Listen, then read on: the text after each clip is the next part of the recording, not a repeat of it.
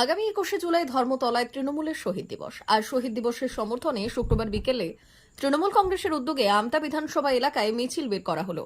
এদিন এই মিছিল আমতা বিধানসভার সাবশিট অঞ্চলের গদিবাজার থেকে খালনা মোড় পর্যন্ত যায়।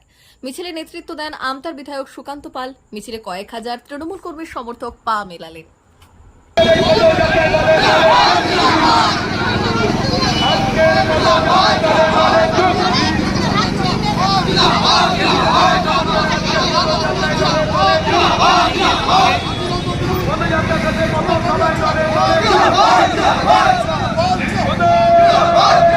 ফটো তুল করছি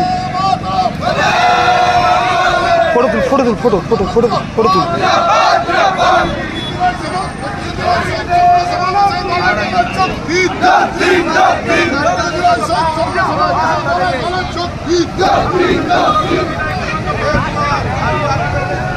না নেই বলবো হয়ে গেছে।